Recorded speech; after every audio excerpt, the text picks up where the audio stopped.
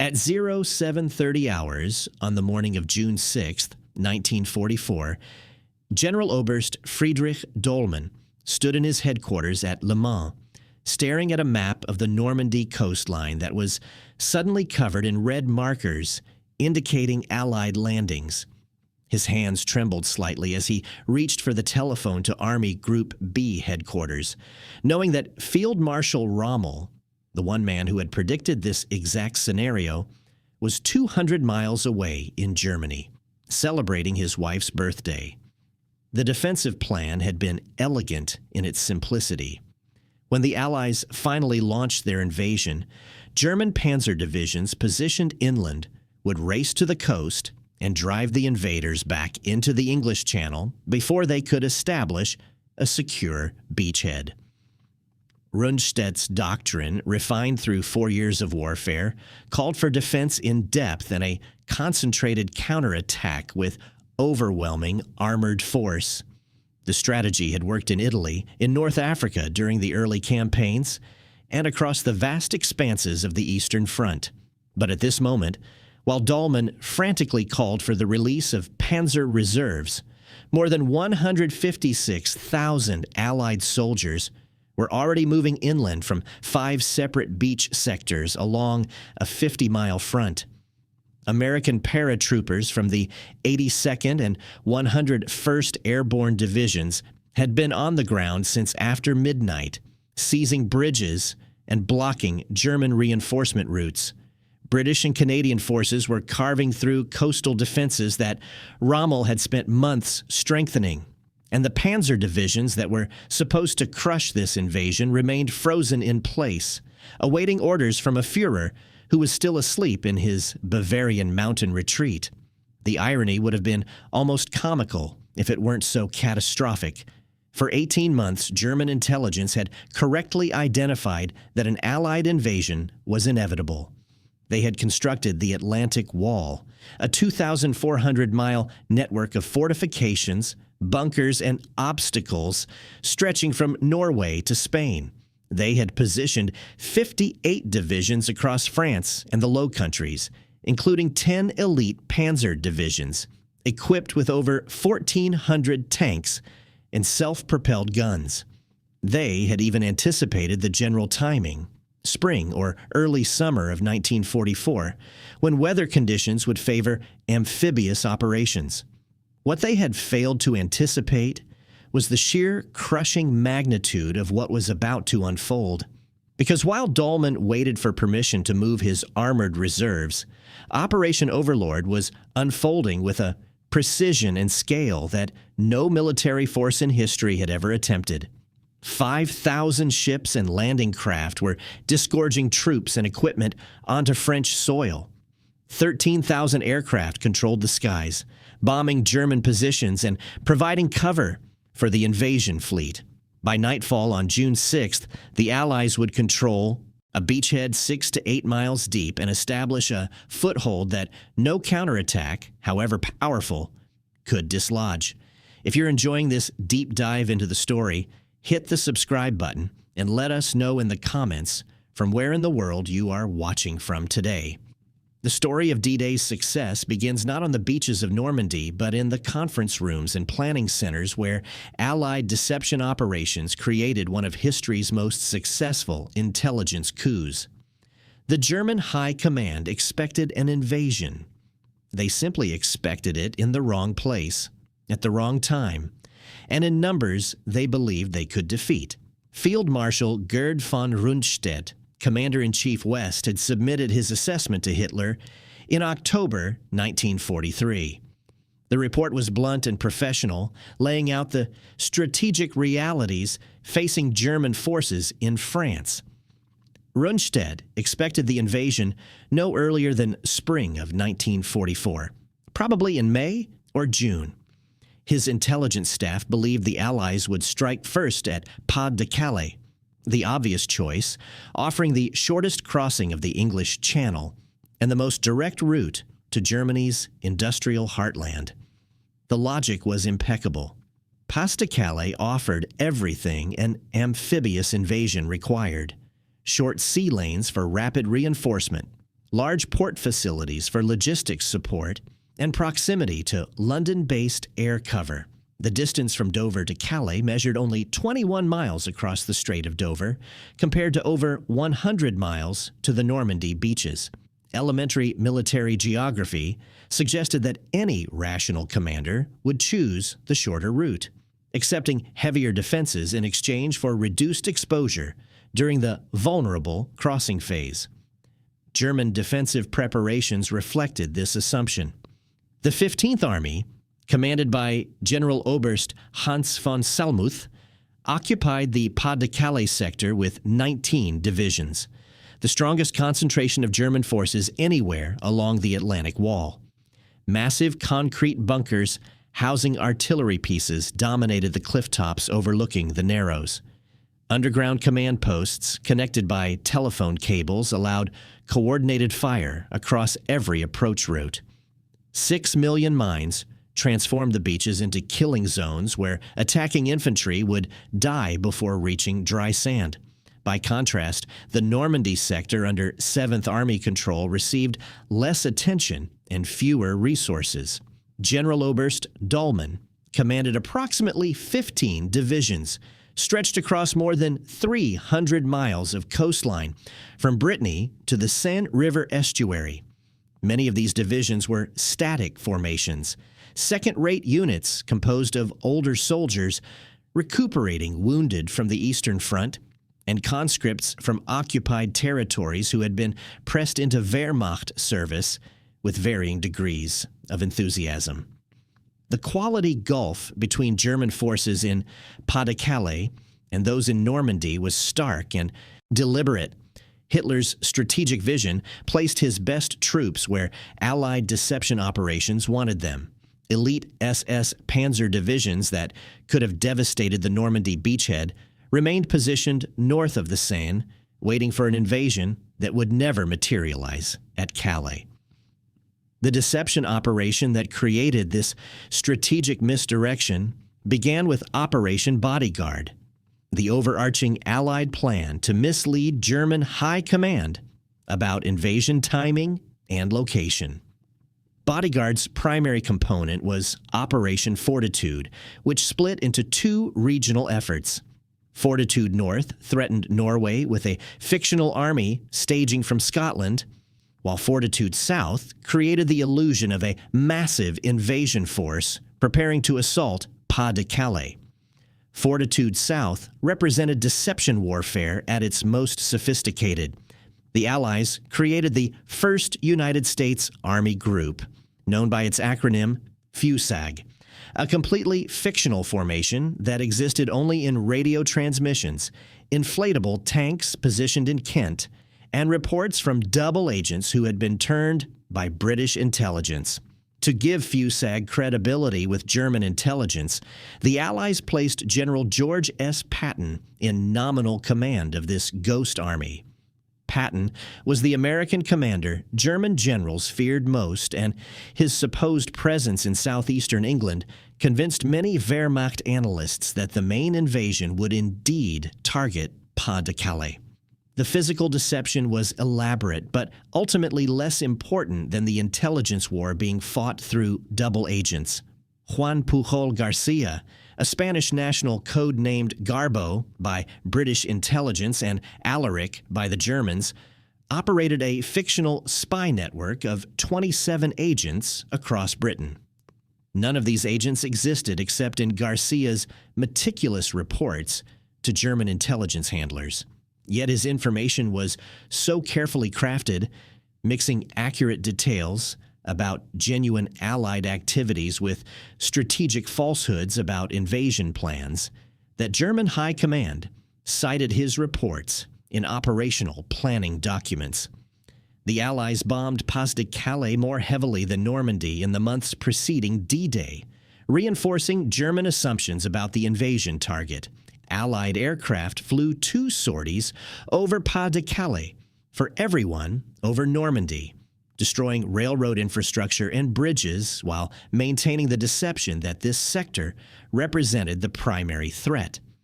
The bombing campaign served genuine military objectives, disrupting German supply lines and communications, while simultaneously feeding German confirmation bias. Radio deception played an equally crucial role. The United States 3,103rd Signal Battalion and British 3,118th Signal Service Group generated radio traffic consistent with a 50-division invasion force staging in southeastern England. German signals intelligence units monitoring these transmissions concluded that Allied strength in Britain far exceeded actual numbers, reinforcing the belief that the Allies could mount multiple large-scale invasions simultaneously. The effectiveness of these deception operations was confirmed through ultra-intelligence, the Allied ability to decrypt German Enigma radio communications. Throughout spring of 1944, intercepted German messages revealed that Wehrmacht commanders believed the invasion would come at Pas de Calais, probably in mid-July. Even Hitler, who occasionally demonstrated surprising strategic intuition, vacillated between Normandy and Calais, but never committed his mobile reserves accordingly. Field Marshal Erwin Rommel represented the exception to this pattern of strategic complacency. The Desert Fox had arrived in France in November 1943 with orders to inspect Atlantic Wall defenses and recommend improvements. What he discovered appalled him. 4 years of occupation duty had left German forces in France unprepared for the kind of intensive combat they would face against Allied amphibious assault, backed by overwhelming naval and air superiority. Rommel had experienced firsthand what Allied air power could do to ground forces during the North African campaign.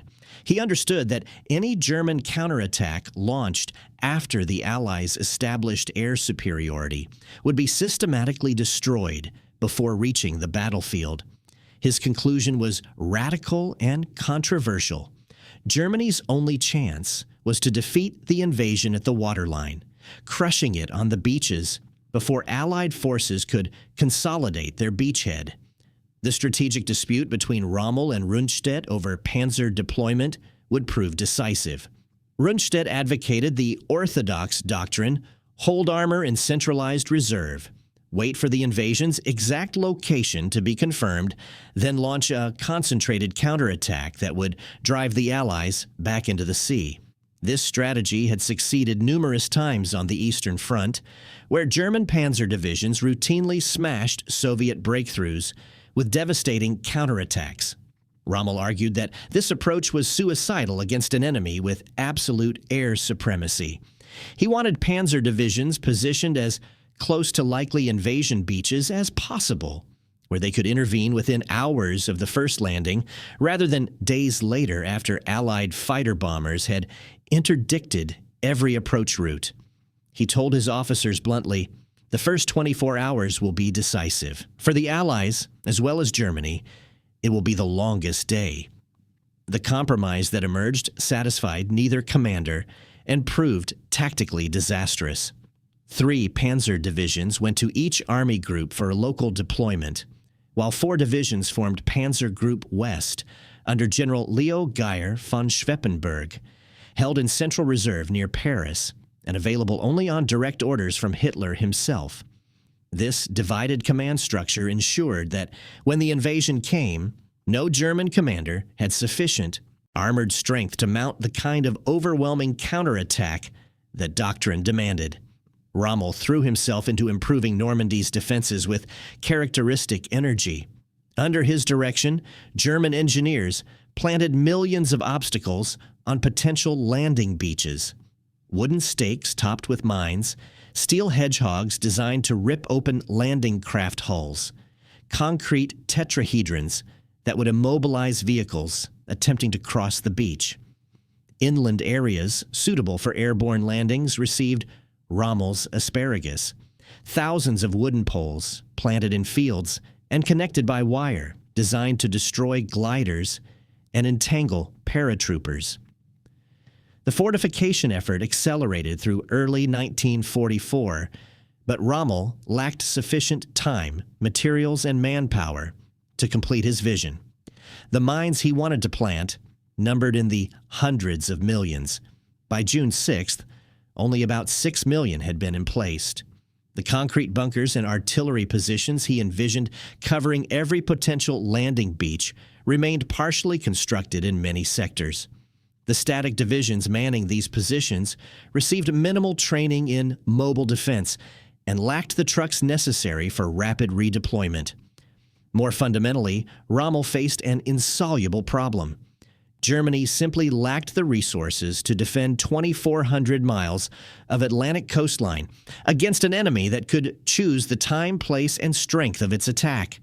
Even if every plan had been executed perfectly, German forces would remain outnumbered at the decisive point because the Allies controlled when and where that point would be. The weather in early June 1944 seemed to confirm German assumptions that no invasion was imminent. A major storm system moving through the English Channel brought high winds, rough seas, and poor visibility, conditions that made amphibious operations extremely hazardous. German meteorologists predicted the storm would persist for several days, creating a window during which Wehrmacht commanders could safely leave their posts for meetings, training exercises, and personal business. Rommel departed for Germany on June 4th to spend June 6th, his wife Lucy's birthday, at their home in Herrlingen. He planned to continue to Berchtesgaden for a meeting with Hitler, hoping to secure release of additional panzer divisions for Army Group B. The Field Marshal's absence on June 6th would become one of history's great ironies. The commander who had warned that the first 24 hours would be decisive was nowhere near his command post when those hours arrived. Dahlmann scheduled a command post exercise at Rennes for the morning of June 6th, testing his division and corps commanders on their response to a hypothetical Allied landing. The war game would gather 7th Army's senior leadership in one location, away from their units, at precisely the moment when their presence at frontline headquarters would be most critical. When the actual invasion began, these officers found themselves scrambling back to their commands along roads that were already under Allied air attack. Hitler maintained his habit of sleeping late into the morning, surrounded by a staff that had been trained never to disturb the Führer's rest except in the most extreme circumstances. When Allied airborne troops began landing after midnight on June 6th, German officers who might have immediately released panzer divisions hesitated to wake Hitler and request authorization. Those critical hours of indecision, while German commanders waited for their Führer to rise and make decisions, gave Allied forces time to establish defensive positions that would prove nearly impossible to dislodge. The German command structure that morning was a masterpiece of dysfunction. Rundstedt, at his headquarters near Paris, nominally commanded all forces in the West, but lacked authority to commit the Panzer Reserve without Hitler's approval. Rommel's chief of staff, Colonel Hans Speidel, handled Army Group B's response from Chateau de la Roche-Guyon, but hesitated to make decisive commitments without his commander present. Dahlmann, racing back from his interrupted war game, tried to assess the situation while his corps commanders were still en route to their headquarters. The only German division that managed any significant response was the 21st Panzer Division under General Edgar Feuchtinger, positioned near Caen. The division fought sharp engagements with British paratroopers throughout the night and attempted a counterattack toward the invasion beaches on June 6th afternoon. But even this effort came piecemeal and uncoordinated, without the infantry support necessary to sustain an armored assault against enemy forces that had already consolidated their positions. As dawn broke over Normandy on June 6, 1944, the massive gap between German expectations and Allied capabilities became brutally apparent. German coastal observers had anticipated seeing landing craft approaching obvious beaches at obvious times. What they witnessed instead was an armada beyond comprehension. Thousands of vessels covering the horizon from east to west, supported by battleships whose 16-inch guns could devastate bunkers that had been designed to resist field artillery. The preliminary naval bombardment that began at 0530 hours demonstrated firepower on a scale German defenders had never encountered. American battleships USS Texas, Arkansas, and Nevada, along with British warships HMS Warspite, Ramillies, and others, systematically destroyed German positions with shells weighing up to 2,500 pounds. The concrete bunkers that Rommel had hoped would channel Allied infantry into killing zones disintegrated under this bombardment. Machine gun positions that might have massacred troops crossing open beaches were obliterated before the first soldier stepped ashore. Allied air superiority reached levels that German defenders found psychologically crushing. The Luftwaffe's 3rd Air Fleet, stationed in northern France, had been systematically destroyed during the preceding months, losing an average of 35 aircraft per day from January through May. By D-Day morning, German pilots could not contest Allied control of the skies. Instead, they watched helplessly as wave after wave of Allied bombers, fighters, and ground attack aircraft dominated the battlefield with total impunity. The Allied invasion unfolded with a coordination and professionalism that revealed years of meticulous planning. 3 airborne divisions, the American 82nd and 101st, plus British 6th, had dropped behind the beaches after midnight, seizing bridges, blocking reinforcement routes, and creating chaos in German rear areas. By the time amphibious forces began landing at 0630 hours, German coastal defenders found themselves fighting on 2 fronts, against troops storming ashore from the sea and against airborne forces attacking from inland. The 5 invasion beaches, Utah, Omaha, Gold, Juneau, and Sword, each presented unique challenges and achieved varying levels of success. At Utah Beach, the U.S. 4th Infantry Division landed slightly south of its intended target, but found this sector lightly defended. General Theodore Roosevelt, Jr., at 56 years old, the only general officer to land with first-wave assault troops, personally led his men inland, moving directly toward objectives while German defensive fire proved sporadic and ineffective. Omaha Beach became the day's bloodiest sector, where U.S. 1st and 29th Divisions encountered the German 352nd Infantry Division occupying commanding heights that had been reinforced beyond Allied intelligence estimates. Machine gun fire from bunkers overlooking the beach created a killing field that threatened to turn the landing into disaster. For several hours, American soldiers pinned down at the waterline faced the prospect of complete failure.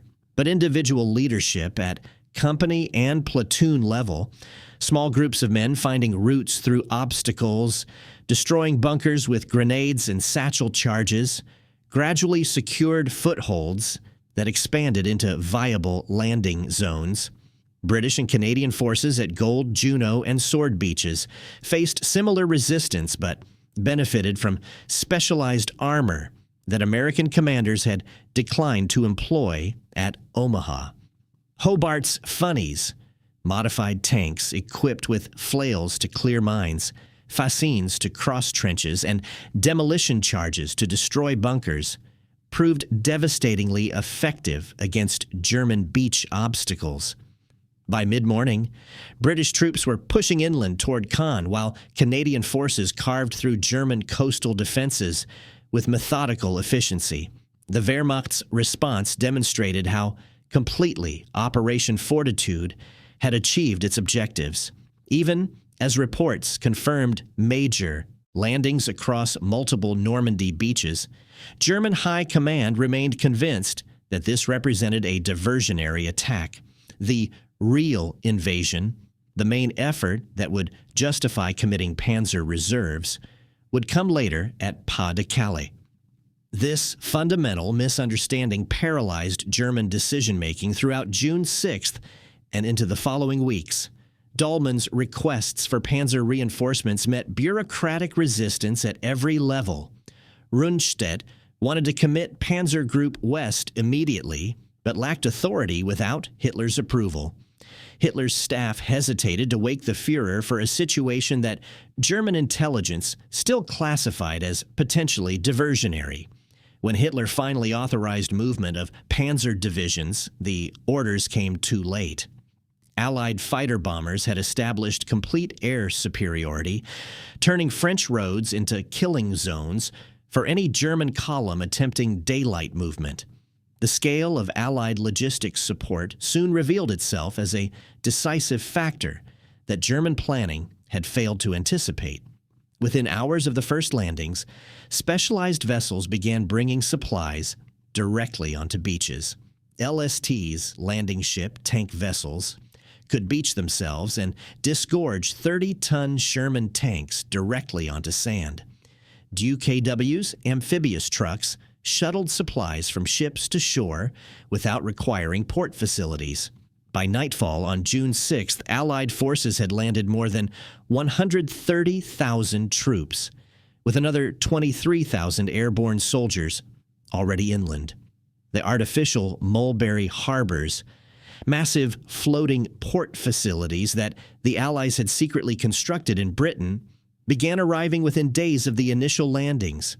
These engineering marvels allowed the Allies to sustain a major offensive without capturing a functioning port, negating one of Germany's key defensive assumptions. German planners had believed that Allied forces would need to seize a major port like Cherbourg within 48 hours or face logistical collapse. The Mulberry harbors eliminated this vulnerability, ensuring that Allied buildup would continue regardless of German defensive successes elsewhere. By sunset on June 6th, the strategic picture had fundamentally shifted. Allied forces controlled a beachhead varying from 6 to 8 miles deep along most sectors. Approximately 156,000 troops were ashore and moving inland. Naval fire support had neutralized German artillery positions within range of the beaches. Air superiority was absolute.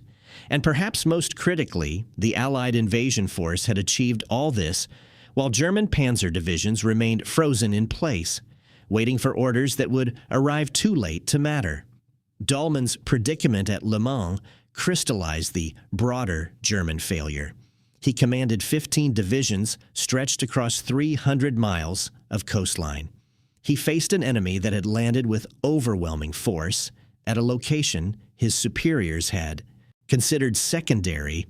He needed panzer reinforcements immediately, but could not obtain them without authorization from a command structure paralyzed by indecision and flawed intelligence. And most fundamentally, he faced an opponent whose industrial might, tactical sophistication, and operational planning represented capabilities that German strategic planning had never fully comprehended. The counterattack that German doctrine demanded, the concentrated panzer thrust that would drive the Allies back into the sea, had become impossible before it could be attempted, not because German soldiers lacked courage or skill, but because the Allies had landed with a scale of force that rendered traditional defensive responses obsolete. 156,000 troops in 24 hours represented just the beginning. By the end of June, over 850,000 Allied soldiers would be in Normandy, supported by 148,000 vehicles and 570,000 tons of supplies. The Germans expected a counterattack opportunity. What they faced instead was an industrial avalanche that no tactical brilliance could overcome. If you find this story engaging, please take a moment to subscribe and enable notifications. It helps us continue producing in-depth content like this. The morning of June 6th revealed the catastrophic price of German strategic miscalculation through a series of failures so complete they seemed almost deliberate. At Utah Beach, Brigadier General Theodore Roosevelt Jr., at 56 years old, the only general officer to land with first-wave assault troops, stepped onto sand that was 1,800 meters south of his intended landing zone. The current had pushed his landing craft off course, but Roosevelt immediately recognized that this error had delivered his 4th Infantry Division to a lightly defended sector. Standing on the beach while German shells fell intermittently around him, Roosevelt made one of D-Day's most consequential decisions. "We'll start the war from here," he told confused officers who wanted to redirect subsequent waves to the planned landing zones. By noon, the 4th Division had pushed inland approximately 6 kilometers, with only 197 casualties, remarkably light losses for an amphibious assault that had placed 21,000 troops ashore. The German 709th Infantry Division, which defended this sector, represented exactly the kind of second-rate formation that had been assigned to areas Wehrmacht planners considered unlikely invasion sites. Many of its soldiers were Eastern European conscripts pressed into German service, men who lacked both the motivation and the equipment to stop determined American infantry, supported by specialized armor. Within hours, Roosevelt's troops had linked with paratroopers from the 101st Airborne Division, who had seized causeways leading inland from the beaches.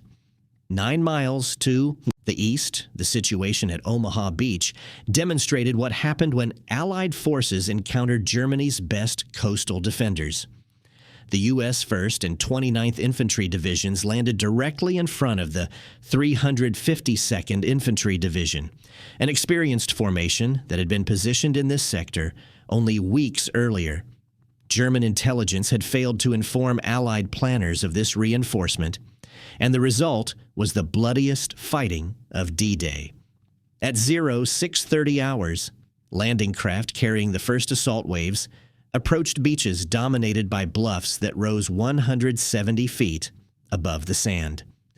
German machine gun positions in concrete bunkers commanded every meter of open ground, while mortars and artillery pieces pre-registered on fixed coordinates could bring down devastating fire without exposing their positions to Allied naval observers. The preliminary aerial bombardment had missed its targets entirely due to cloud cover, and many of the specialized armor that should have supported the infantry assault had been swamped in rough seas. For 3 hours, American soldiers pinned down at the waterline faced annihilation. German gunners in positions at Vierville, Saint Laurent, and Colville poured machine gun fire into landing craft as their ramps dropped, killing men before they could reach the water. Those who made it to the beach found themselves trapped behind a seawall, under fire from positions they could not locate precisely enough to suppress. Landing craft attempting to bring in reinforcements and supplies became targets themselves, their crews dying at the controls, while soldiers scrambled to escape the killing zone. But individual leadership at company and platoon level gradually turned disaster into success. Small groups of men found routes through obstacles that German defenders had believed impassable. Engineers blew gaps in the seawall despite casualties that reached 75% in some units. Soldiers armed with rifles and grenades began climbing the bluffs, moving through dead ground that German defensive plans had failed to cover adequately. By afternoon, American troops had established positions on the heights overlooking the beach, and the crisis had passed. The battle at Omaha Beach cost approximately 2,400 casualties, about half the total American losses for the entire day. But by nightfall, 34,000 troops were ashore and pushing inland. The German 352nd Division had fought with professional skill and inflicted terrible losses, but it could not stop an assault backed by overwhelming firepower and executed by soldiers who refused to accept defeat. British and Canadian forces at Gold Juno and Sword Beaches faced similar resistance, but benefited from specialized equipment that American commanders had declined to employ. Hobart's funnies, modified tanks equipped with chain flails to clear mines, fascines to cross trenches, and petards to destroy bunkers, proved devastatingly effective against German beach obstacles. Sherman tanks, modified to swim ashore, provided immediate fire support that suppressed German positions while infantry closed the distance to their objectives. At Juno Beach, Canadian 3rd Division soldiers fought through particularly heavy defenses at Courseulles-sur-Mer and Bernières-sur-Mer. German resistance here was fierce, with machine gun positions and concrete bunkers commanding every approach route. But Canadian troops, many of them veterans of the disastrous Dieppe raid in 1942, fought with grim determination. They had learned costly lessons about amphibious assault, and they applied that knowledge with methodical efficiency that overwhelmed German defenders. The deepest penetration of D-Day came from Canadian forces pushing inland toward the strategic objective of Caen. By afternoon, lead elements had advanced 11 kilometers from the beaches, further than any other Allied unit. But this success revealed the one German countermeasure that came close to succeeding: the 21st Panzer Division's counterattack. General Edgar Feuchtinger's 21st Panzer Division was the only German armored formation positioned close enough to intervene on D-Day itself. The division had spent the night fighting British paratroopers who had landed east of the Orne River to secure bridges and protect the invasion's eastern flank. When dawn revealed the scale of the seaborne assault, Feuchtinger wanted to immediately attack the beaches. But German command structure required him to request permission from higher headquarters. The bureaucratic delays that followed demonstrated how completely German defensive doctrine had been compromised by Hitler's insistence on personal control of armored reserves. General Erich Marx, commanding LX-6 Bafododierf Corps, wanted the 21st Panzer to attack immediately, but the division was assigned to Army Group B, which meant Rommel's approval was required. With Rommel in Germany, the request went to his Chief of Staff, Colonel Hans Speidel. Speidel hesitated to authorize an attack without consulting higher command. Hours passed, while radio messages traveled through the German chain of command. Not until noon did Feuchtinger receive orders to attack, 6 hours after the first Allied soldiers had landed. Even then, confusion about objectives meant that portions of the division were initially directed toward British airborne positions rather than the beaches themselves. The 21st Panzer had to disengage from fighting around Ranville, cross the Orne River at Caen, the only available bridge in the sector, and then wheel north toward the coast. Allied fighter bombers attacked the columns as they moved, inflicting casualties and destroying vehicles at every choke point. At 1600 hours, more than 9 hours after the invasion began, the 21st Panzer finally launched its counterattack between Juno and Sword Beaches. The 22nd Panzer Regiment, commanded by Colonel Hermann Oppeln Bronikowski, advanced with approximately 90 tanks and supporting infantry from the 192nd Panzer Grenadier Regiment. For a brief moment, German armor reached the coast near Luc-sur-Mer, threatening to split the Allied beachhead and isolate British forces from Canadian units. But the attack came too late and with insufficient strength. British anti-tank guns positioned on Perrier Ridge destroyed German tanks as they advanced across open ground. Naval gunfire from HMS Warspite and other vessels offshore pounded German positions with 16-inch shells that no armor could withstand. RAF Typhoon fighter bombers armed with rockets attacked any concentration of vehicles visible from the air. The 21st Panzer lost 70 of its 124 tanks and was forced to withdraw by early evening. More critically, the counterattack demonstrated that German tactical doctrine designed for the Eastern Front, could not function against an enemy with absolute air superiority. Rommel had warned of exactly this scenario, arguing that panzer divisions held in Central Reserve would be destroyed by Allied fighter bombers before they could reach the battlefield. His predictions proved accurate with devastating precision. At Hitler's Berghof residence in the Bavarian Alps, the Führer remained asleep until approximately 1100 hours, nearly 5 hours after the invasion began. His staff, which had been given strict orders never to disturb Hitler's rest, debated among themselves whether the Normandy landings constituted an emergency sufficient to wake their leader. General Alfred Jodl, chief of operations staff, decided the reports could wait until Hitler rose naturally. When Hitler finally received briefings on the invasion, his reaction revealed how completely Operation Fortitude had achieved its objectives. He dismissed Normandy as a diversionary attack designed to draw German forces away from Pas-de-Calais, where the real invasion would come. This fundamental misreading of Allied intentions paralyzed German decision-making at the highest level. Not until 1,400 hours, more than 7 hours after the invasion began, did Hitler authorize release of 2 panzer divisions from the OKW Reserve. The divisions he released, 12th SS Panzer Division and Panzer Lehr Division, were positioned near Paris, approximately 120 miles from the Normandy beaches. Under normal circumstances, these elite formations could have reached the invasion sector within 12 hours of receiving orders. But circumstances on June 6, 1944, were anything but normal. Allied air supremacy meant that any German column moving during daylight faced systematic destruction.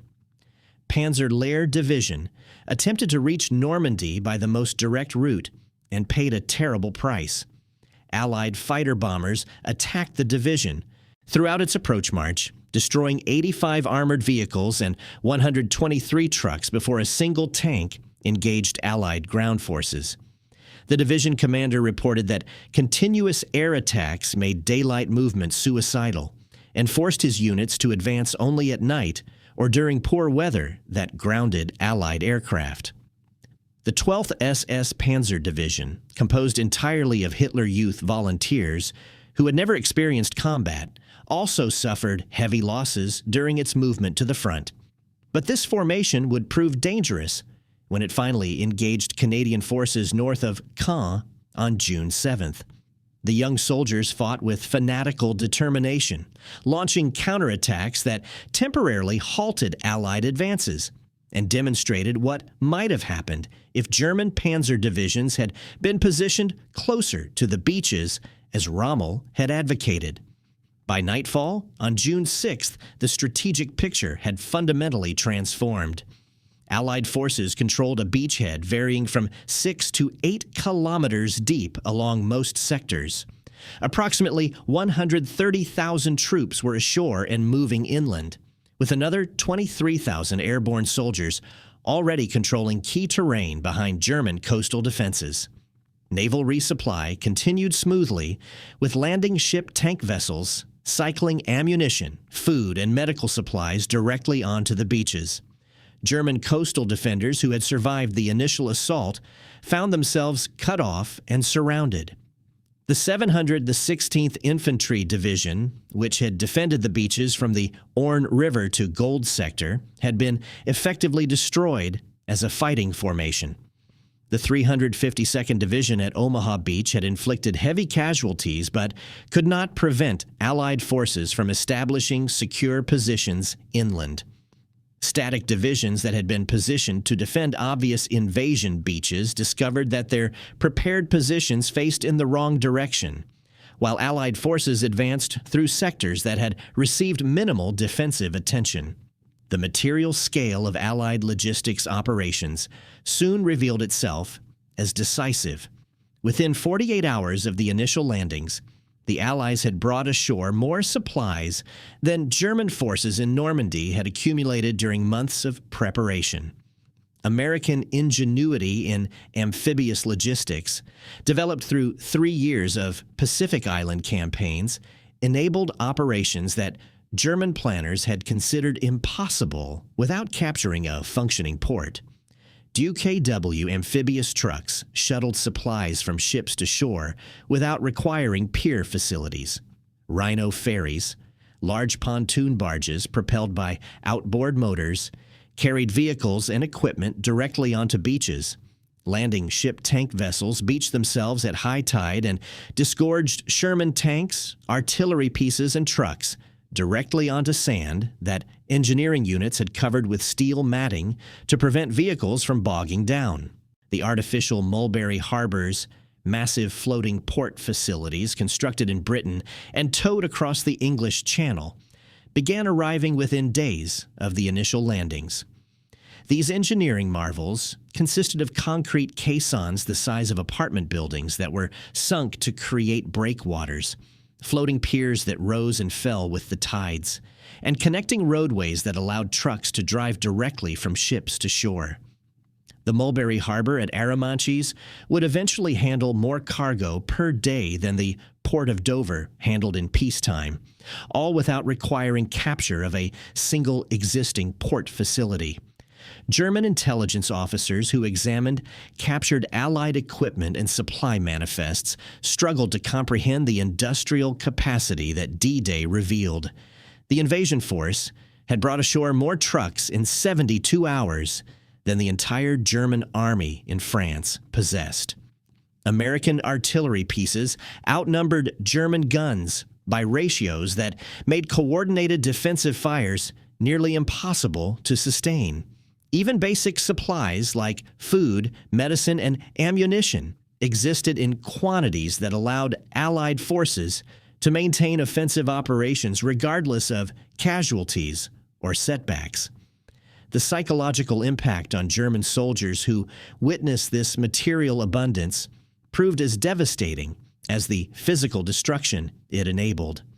Wehrmacht troops who had spent years fighting undersupplied Soviet forces on the Eastern Front suddenly faced an enemy whose industrial capacity appeared limitless. Every destroyed American tank was replaced within days. Every casualty was evacuated to medical facilities equipped with supplies and medications German units could no longer obtain. Every position subjected to Allied artillery fire received more shells than German doctrine allocated for entire campaigns. Colonel General Friedrich Dollmann, commanding 7th Army from his headquarters at Le Mans, faced an insoluble tactical problem by the afternoon of June 6th. His 15 divisions were stretched across 300 miles of coastline, with no mobile reserves capable of reaching the invasion sector before Allied forces consolidated their beachhead. The panzer divisions he desperately needed remained frozen in place, some awaiting orders from higher command, others unable to move because Allied fighter bombers controlled every approach route to Normandy. Dollmann's requests for reinforcements received bureaucratic responses that demonstrated how completely German command structure had been paralyzed by the invasion's unexpected location and overwhelming scale. Rundstedt wanted to commit Panzer Group West immediately, but lacked authority without Hitler's approval. Hitler's staff continued to insist that Normandy was a diversionary attack and that the main invasion would come at Pas de Calais. Field commanders who tried to adapt their forces to meet the actual threat found themselves constrained by orders from headquarters that were based on intelligence assessments contradicted by events on the ground. The strategic deception operations that preceded D-Day now paid dividends beyond anything Allied planners had anticipated. Even after the largest amphibious invasion in history had landed 156,000 troops on Normandy beaches, German high command refused to commit their strongest forces because they believed the real invasion still threatened Pas de Calais. The fictitious 1st United States Army Group under General Patton continued to tie down 15 German divisions north of the Seine River divisions that might have made the difference if committed to Normandy during the first critical days. Radio intercepts confirmed that German intelligence continued to report Fusag as a genuine threat even after D-Day. Double agents like Juan Pujol Garcia sent carefully crafted messages explaining that the Normandy landings were indeed diversionary and that Patton's much larger force would soon strike at Pas de Calais. German commanders who had built their defensive strategy around this assumption found themselves unable to abandon it, even when physical evidence contradicted their intelligence. By the evening of June 6th, the window for effective German counteraction had closed. The panzer divisions that should have crushed the Allied beachhead while it was most vulnerable remained scattered across France, some awaiting orders, others moving piecemeal into positions where Allied air power could destroy them before they reached the front. The static divisions positioned along the coast had been overwhelmed by firepower they could not match and logistics they could not sustain. And most critically, German command structure had revealed itself incapable of the rapid, flexible response that amphibious defense required. The days following June 6th demonstrated the cascading failure of German strategic planning with brutal clarity. While Dahlmann struggled to organize counterattacks with forces that arrived piecemeal and exhausted, Allied logistics operations continued with industrial efficiency that no tactical brilliance could overcome. By June 11th, just 5 days after the initial landings, the Allies had brought ashore approximately 326,000 troops, 54,000 vehicles, and 104,000 tons of supplies. General der Panzertruppen Leo Geyer von Schweppenberg, commanding Panzer Group West, attempted to organize the kind of concentrated armored counteroffensive that German doctrine demanded. He gathered elements of 4 Panzer divisions, 21st Panzer, 12th SS Panzer, Panzer Lehr, and 2nd Panzer, for a coordinated attack designed to split the Allied beachhead and isolate American forces from British and Canadian units. The operation was scheduled for June 10th, 4 days after the invasion. But Allied intelligence had broken German communication security, and ultra intercepts revealed German plans before they could be executed. On June 9th, Allied fighter bombers attacked Geyer von Schweppenberg's headquarters near Lacane, killing 17 staff officers and destroying most of the communications equipment necessary for coordinating a multi-division offensive. The general himself survived, but the attack eliminated Panzer Group West's ability to function as a coherent command structure.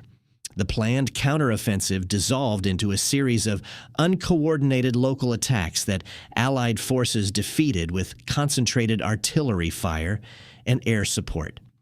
The battle for Caen, originally planned as a D-Day objective, demonstrated how completely German defenders had lost the initiative despite fighting with skill and determination. British and Canadian forces attempting to advance on the city encountered German formations that had been positioned to protect what Wehrmacht commanders considered one of Normandy's most critical transportation hubs. Elite SS panzer divisions fought from positions in Norman bocage country, dense hedgerows and sunken lanes that channeled armor into killing zones where German anti-tank guns and infantry could engage at close range. But even successful German defensive fighting could not change the fundamental strategic reality. Allied forces controlled the beaches and the sea lanes that supplied them. Every day brought more Allied troops, more vehicles, more supplies. German reinforcements arrived under strength and exhausted after approach marches that cost them men and equipment to Allied air attacks. Ammunition that should have sustained weeks of defensive operations was expended in days of intensive combat. Fuel supplies that might have enabled mobile defense were consumed simply moving units into position. The material imbalance became most apparent in artillery support. Allied forces could call on naval gunfire from battleships and cruisers whose 16-inch and 8-inch guns outranged anything German artillery possessed. When British forces near Caen requested fire support, shells arrived from HMS Rodney and HMS Warspite within minutes, delivered with accuracy that allowed forward observers to adjust fire onto targets barely 500 meters from friendly positions. German artillery units attempting similar missions found themselves outgunned, outranged, and increasingly short of ammunition. Field Marshal Rommel arrived back in France on June 7th, racing from Germany to resume command of Army Group B. His first assessment of the tactical situation confirmed his worst predictions. Allied air supremacy had made daylight movement suicidal for German forces. Panzer divisions that should have counterattacked within hours of the invasion were still moving toward the front, or had been destroyed attempting to do so. The coastal defense system he had worked months to improve had been overwhelmed in the invasion's opening hours. More critically, Rommel recognized that the strategic opportunity to defeat the invasion had already passed. Allied forces controlled a beachhead that was growing stronger every hour. German reinforcements arrived, weakened and piecemeal, unable to concentrate the overwhelming force necessary for the kind of decisive counteroffensive that doctrine demanded. The field marshal, who had warned that the first 24 hours will be decisive, now understood that those hours had been lost to bureaucratic paralysis and strategic miscalculation. Rommel's meetings with division and corps commanders during the week after D-Day revealed the depth of German difficulties. Officers reported chronic shortages of ammunition, fuel, and replacement personnel. Units that had been rated as full strength before the invasion now operated at 50 or 60% effectiveness. Communications equipment destroyed by Allied air attacks had not been replaced. Vehicle losses exceeded the capacity of German industry to manufacture replacements. And most critically, morale was deteriorating as soldiers who had been promised invincible defenses discovered they were fighting a defensive battle with inadequate resources against an enemy whose strength appeared limitless. By June 12th, Allied forces held a continuous beachhead approximately 80 kilometers wide and 15 to 20 kilometers deep. 7 Allied divisions were ashore and actively engaged in offensive operations. 5 more divisions were landing or preparing to land within days. The logistical infrastructure supporting this force, artificial harbors, beach supply dumps, engineering units maintaining roads and airfields, operated with efficiency that German commanders found difficult to comprehend. The comparison with German logistics was stark and demoralizing. Wehrmacht units in Normandy relied on horse-drawn transport for much of their supply distribution. Fuel shortages meant that tanks and vehicles often remained stationary, except during actual combat operations. Ammunition rationing forced artillery units to limit their fire missions to confirmed targets rather than the area bombardments that suppressed enemy formations and enabled successful counterattacks. Medical supplies were so scarce that field hospitals operated with equipment and medications that Allied forces would have considered inadequate for treating peacetime accidents. General der Infantry Friedrich Dollmann died on June 28th, officially from heart attack, though some German sources suggested suicide following Rommel's criticisms of 7th Army's performance during the invasion. His replacement, SS Obergruppenführer Paul Hauser, inherited an impossible tactical situation. German forces in Normandy faced continuous Allied pressure along a front where they could not accumulate reserves, could not conduct offensive operations without suffering catastrophic casualties, and could not withdraw without explicit orders from Hitler, who continued to demand that every position be held regardless of Tactical considerations. The psychological impact of D-Day extended far beyond Normandy's battlefields. For 4 years, German forces had dominated Western Europe, choosing when and where to fight, dictating the pace and location of military operations. D-Day reversed that strategic advantage permanently. From June 6th onward, German commanders found themselves reacting to Allied initiatives rather than implementing their own plans. The Wehrmacht faced threats from multiple directions: Soviet offensives on the Eastern Front, Allied operations in Italy, partisan uprisings across occupied Europe, and lacked the resources to address all of them simultaneously. Hitler's response to D-Day demonstrated how completely strategic reality had diverged from his understanding of Germany's military situation. He continued to believe that determined resistance could defeat the Allied invasion, that new weapons under development would restore Germany's strategic advantage, that political divisions among the Allied powers would cause their coalition to collapse. None of these assumptions corresponded to facts that his field commanders could observe daily. Rommel's increasingly pessimistic assessments brought him into direct conflict with Hitler's insistence on fighting to the last man. On July 17th, the field marshal was severely wounded when Allied fighter bombers strafed his staff car during a battlefield inspection. He would never return to command. 3 months later, implicated in the July 20th plot to assassinate Hitler, Rommel would be forced to commit suicide. His replacement at Army Group B, Field Marshal Günther von Kluge, inherited a military situation that had deteriorated beyond recovery. The strategic lessons of D-Day would influence military planning for generations. The invasion demonstrated that amphibious operations supported by overwhelming industrial capacity and absolute air supremacy could succeed against even well-prepared defenders.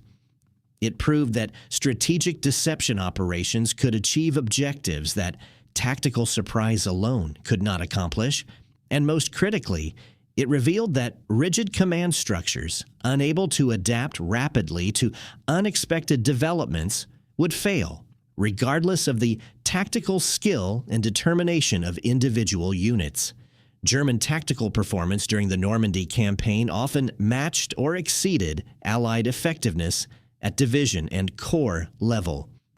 SS Panzer divisions fighting near Caen inflicted casualty ratios that favored German defenders despite being outnumbered and outgunned.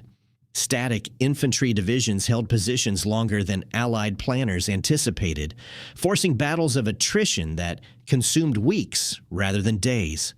Individual German soldiers demonstrated courage and professional competence that Allied commanders acknowledged in after-action reports. But tactical excellence could not compensate for strategic failure.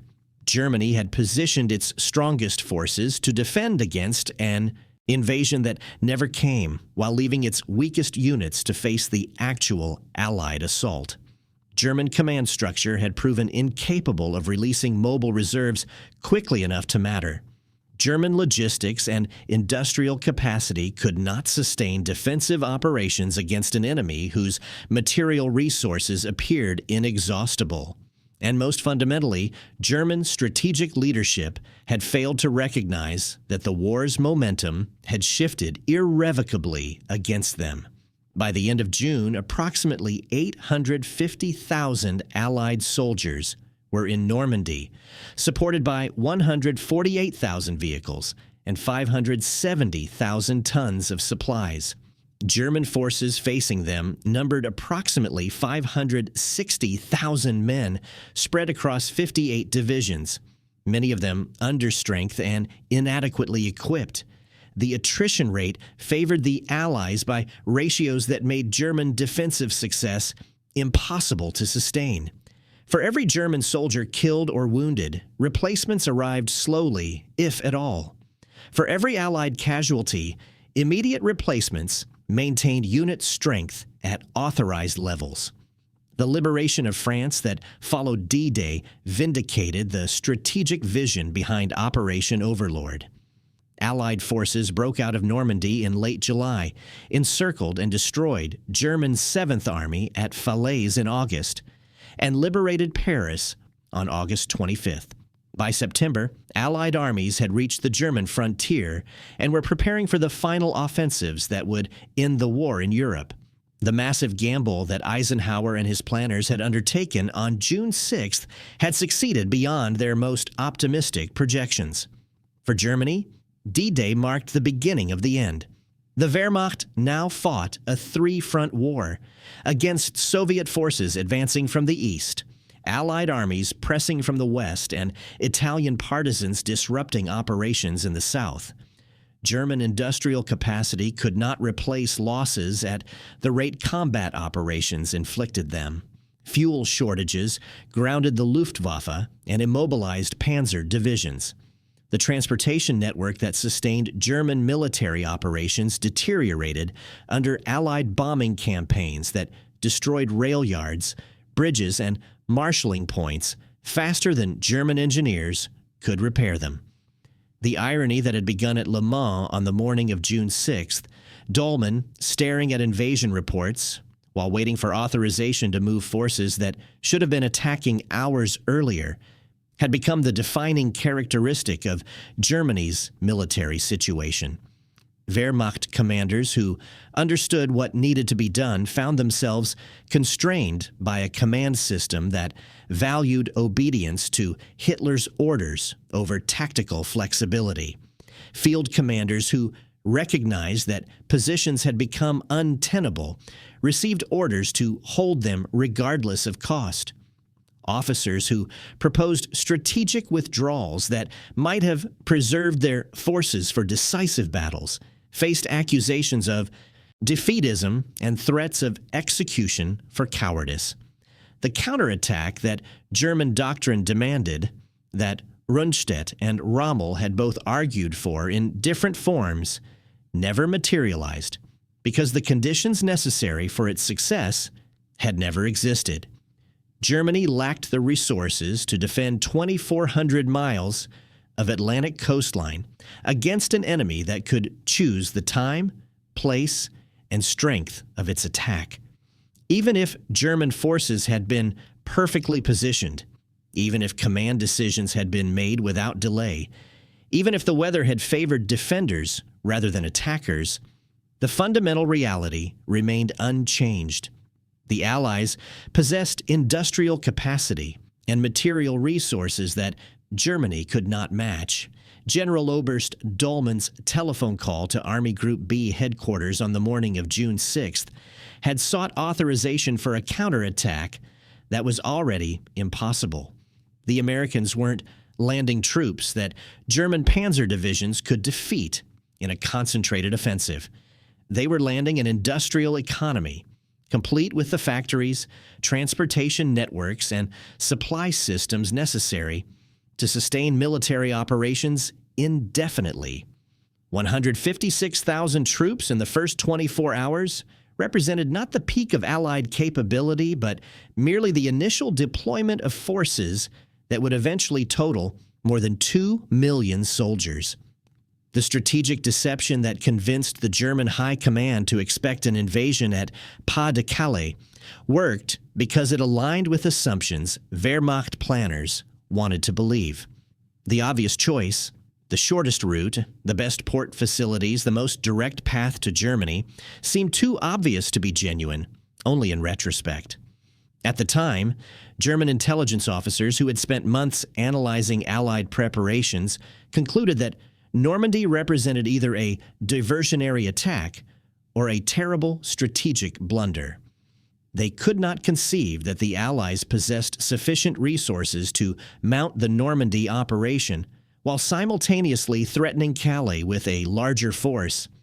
This failure of imagination, the inability to comprehend the scale of resources the Allied coalition could bring to bear, had characterized German strategic planning throughout the war.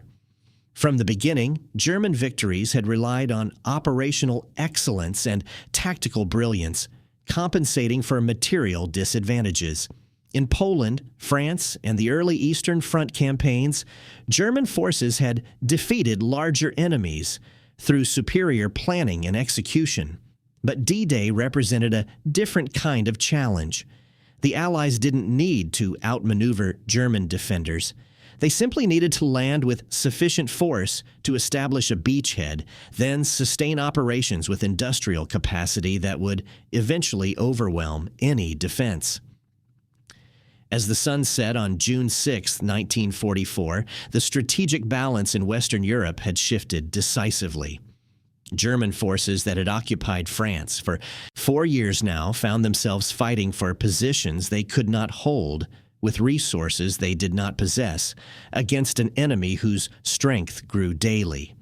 The Wehrmacht would continue fighting with skill and determination for another 11 months, but the outcome had been determined in those first 24 hours when 156,000 Allied soldiers established the beachhead that no counterattack could dislodge.